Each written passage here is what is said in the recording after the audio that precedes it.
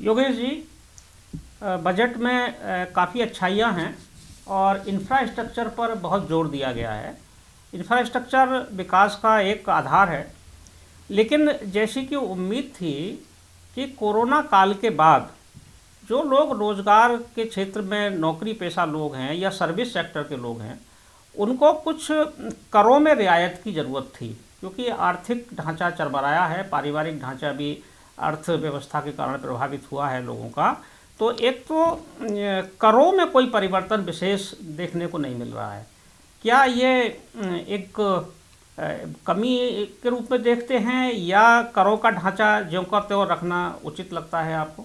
लेकिन वास्तव में जो ये बजट पेश होते हैं या किए जा रहे हैं, आप हर बजट का विश्लेषण करें 1990 से लेकर आज तक, चाहे सरकार किसी की भी हो, लेकिन बजट इंटरनेशनल कॉरपोरेट सेक्टर की पूंजियों को बढ़ाने के दृष्टिकोण को देखते हुए ही पेश किए जाते हैं। वर्तमान में भी आप देख लीजिए, अगर हमारी सरकार की नीयत और मंशा साफ है तो आपने एलोपैथी के सेक्टर में हॉस्पिटल्स को ब्लॉक लेवल पे या डिस्ट्रिक्ट लेवल पे या और दूसरे लेवल पर इंप्रूव करने के लिए जो इतना बड़ा बजट पेश किया, आपने आयुर्वेदा के क्षेत्र में इस कार्य को क्यों नहीं किया? आपको स्पष्ट करना चाहिए था कि आयुर्वेद जब भारत की सनातन संस्कृति के अनुरूप एक वैदिक पद्धति है जिसके द्वारा व्यक्ति अंदर से ठीक होता है, ऊपर से नहीं, अंदर से ठीक होता है, व्यक्ति का इम्यून सिस्टम अंदर से स्ट्रांग होता है। कोरोना काल में आपने स्वयं यह सिद्ध कर लिया कि जब दुनिया की कोई भी दवाई काम नहीं कर रही थी तो आयुर्वेदिक काढ़ों को पी करके उत्तर प्रदेश और भारत के लोगों ने कोरोना को हरा दिया। इतना बड़ा प्रमाण आपके पास होने के बाद भी आपने इस बजट में आयुर्वेद के लिए क्या प्रोविजन किया? मल्टीनेशनल कंपनियां जो दवाई बना करके भारत के अंदर बेचना चाहती हैं, पूरा का पूरा बजट मेडिकल इक्विपमेंट्स के फेवर में चला गया, पूरा का पूरा बजट मेडिकल फैसिलिटी के फेवर में चला गया, पूरा का पूरा बजट एलोपैथी के फेवर में चला गया। आयुर्वेद के लिए आपने क्या किया? इसी तरह कॉर्पोरेट सेक्टर में, एग्रीकल्चर के सेक्टर में जो कॉर्पोरेट्स आ रही हैं, इंश्योरेंस के चक्कर में जो कॉर्पोरेट आ रही हैं, पूरा का पूरा बजट आप उनके लिए दे रहे हैं।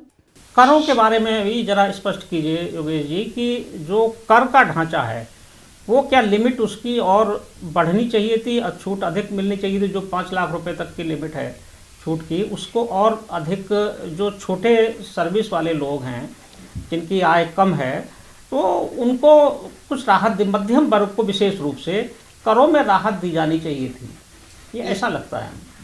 सर्वेश जी, जब मैं लॉ पढ़ रहा था तो मेरी टोटल लॉ की पढ़ाई 6,000 रुपये में हो गई थी।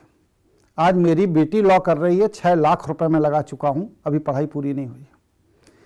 मेडिकल फैसिलिटी में पहले 1,000-2,000 रुपए में बड़े बड़े ऑपरेशन हो जाते थे, आज नॉर्मल डिलीवरी में 8 से 10 लाख रुपए लग जाते हैं।